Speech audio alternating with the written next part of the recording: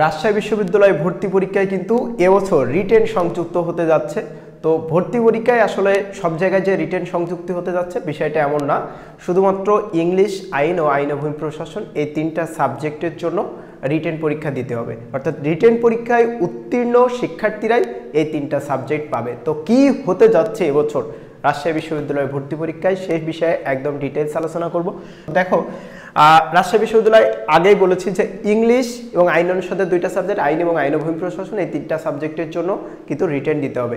এখন ঢাকা বিশ্ববিদ্যালয় রাজশাহী বিশ্ববিদ্যালয়ের রিটেনের মধ্যে পার্থক্য কি? তোমরা হয়তো জানো যে ঢাকা বিশ্ববিদ্যালয়ের রিটেনে কিন্তু 40% মার্ক থাকে এবং এটা কিন্তু সকল ভর্তি পরীক্ষার্থী শিক্ষার্থীদের জন্য কম্পালসারি, ম্যান্ডেটরি।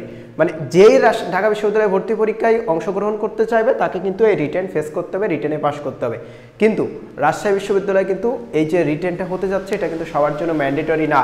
তাহলে এটা কাদের জন্য ম্যান্ডেটরি? তোমার যদি ইংলিশ সাবজেক্ট স্বপ্ন থাকে, তোমার যদি আইন অনুষদের আইন ও ভূমি প্রশাসন এই দুইটা সাবজেক্ট স্বপ্ন থাকে, তাহলে তোমাকে রিটেন পরীক্ষা দিতে হবে।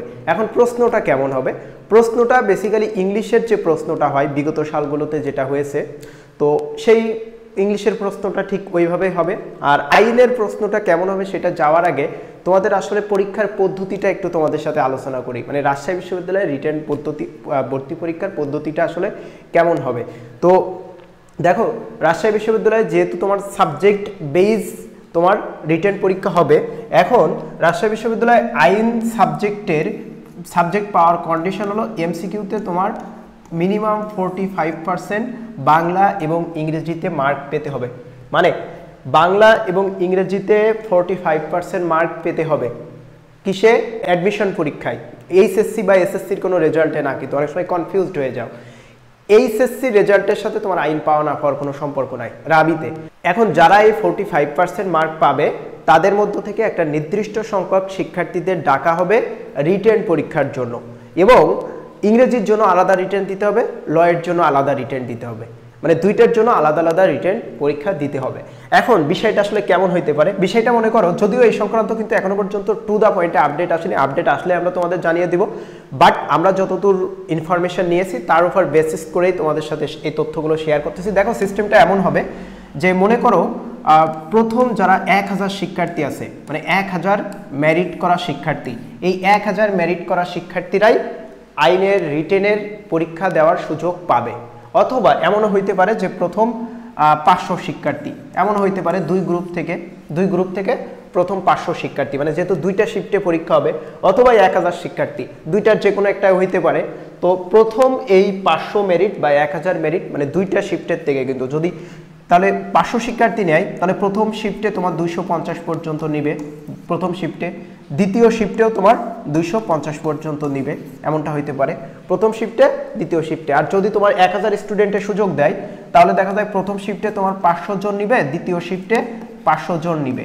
এখন এই 500 জন করে 1000 শিক্ষার্থী কি করতে পারবে? রিটেন পরীক্ষা দিতে পারবে, এবং সেখানে কি ধরনের প্রশ্ন আসবে সে বিষয়ে আমি জানিয়ে দেবো। তবে অবশ্যই সেখানে বাংলা, ইংরেজি এবং আইন সংক্রান্ত কিছু বেসিক নলেজ থাকবে, আইকিউমূলক কিছু প্রশ্ন থাকবে, সেই প্রশ্নগুলো থাকবে। তো যখন ওই বিষয়ে আপডেট আসে তখন একদম ডিটেলস তোমাদের সাথে আলোচনা করে দিব।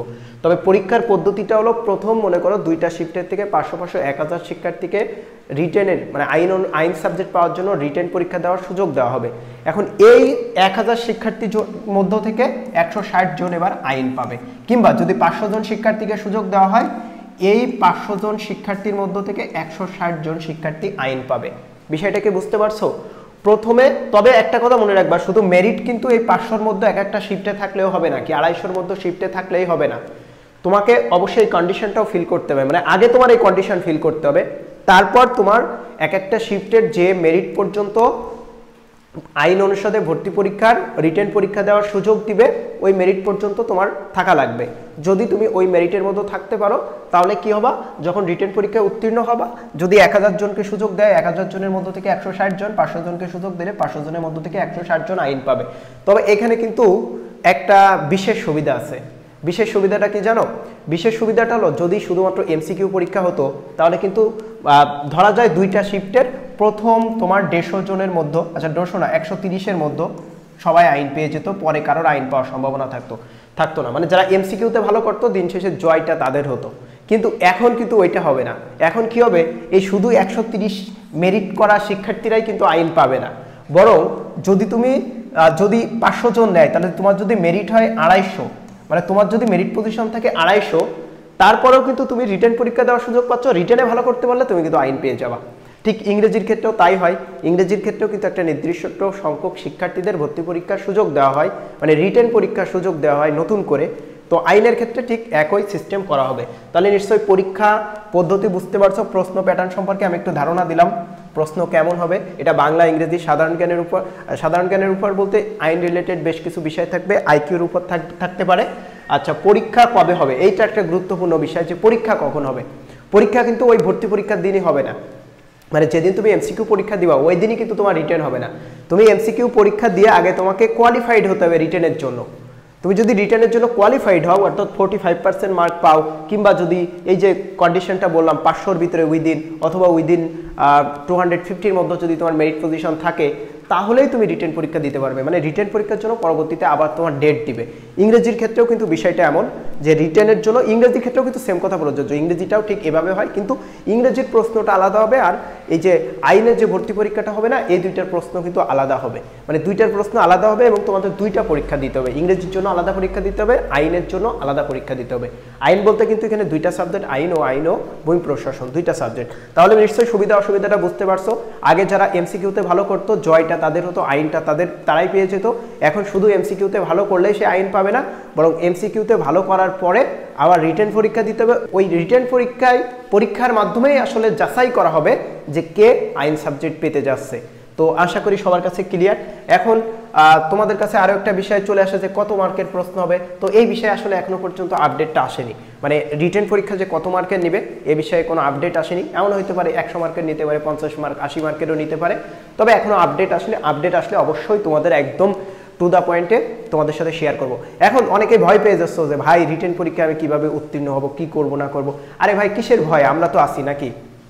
তোমার রিটেন, তুমি হয়তো 1 ঘন্টার একটা রিটেন দিবা, তোমার ওই 1 ঘন্টার রিটেনে কিভাবে কোন টেকনিকে তুমি একদম সুপার ফাস্ট লিখে একদম টপ মার্ক তুলে নিয়ে আসবা, সেজন্য তো ভাই আমরা আছি।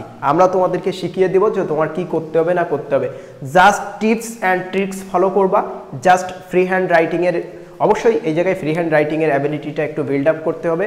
তো জাস্ট আপডেটটা আসুক, আপডেটটা আসার পরে তোমাদের কিভাবে রিটেনে বেস্ট পারফরমেন্স করতে হয় সেই সংক্রান্ত যা যা দরকার হয় সব কিছু ভাই আমি আছি, আমি তোমাদেরকে শিখিয়ে দিব। তোমরা যদি নিজের জায়গা থেকে ডেডিকেশনটা রাখতে পারো ভাই, তুমি ওর ওই রিটেন নিয়ে বিন্দুমাত্র ভয় পাওয়ার দরকার নাই। তবে হ্যাঁ, সবসময় রিটেন মানে ফ্রি হ্যান্ড রাইটিংয়ে ভালো করতে হবে ভাই। ফ্রি হ্যান্ড রাইটিংয়ে ভালো করার জন্য কিন্তু তোমার এখন থেকে একটু প্রস্তুতি নাও। আমি উইদিন 3 ডেজের মধ্যে তোমাকে একটা একদম ফ্রি হ্যান্ড রাইটিংয়ে কীভাবে বেস্ট করতে পারো তার উপর একটা গাইডলাইনমূলক ভিডিও দিব। আর এই যে আইনের বা ইংরেজির যে প্রশ্ন প্যাটার্ন বা প্রশ্ন পদ্ধতি সম্পর্কে যে আপডেটটা আসলে তখন একদম আপডেট ডিটেলস তোমাদের সাথে আলোচনা করব। তো অবশ্যই তার জন্য আমাদের চ্যানেল এবং পেজের সাথে সবসময় অ্যাক্টিভ থাকতে হবে। অ্যাক্টিভ না হলে কিন্তু ভিডিওগুলো আপডেটগুলো পাবা না।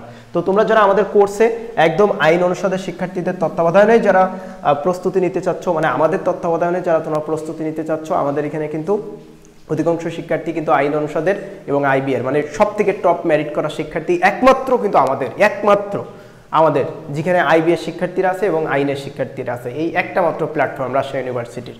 তো এইখান থেকে তোমরা এই যে নাম্বারটা আছে এই নাম্বারে হোয়াটসঅ্যাপ ফোন কলে কিন্তু যোগাযোগ করতে পারো। আর আমাদের ইন্টেন্সিভ কেয়ারে থেকে যাও, রাবি কনফার্ম ব্যাচে থেকে যাও, ওখানে তোমার রিটেন, ওখানে তুমি যে কম্প্রিহেনশন যেটা আছে, যা কিছু তোমার দরকার হবে সব কিছু আমরা তোমাকে হাতে কলমে ধরিয়ে শিখিয়ে দিব ভাই। বিন্দুমাত্র কোনো টেনশন করার কিছু নাই, জাস্ট সাজেশন অনুযায়ী আমাদের গাইডলাইন অনুযায়ী প্রিপারেশন রাখো, ইনশাল্লাহ তোমার সফলতা অবধারিত।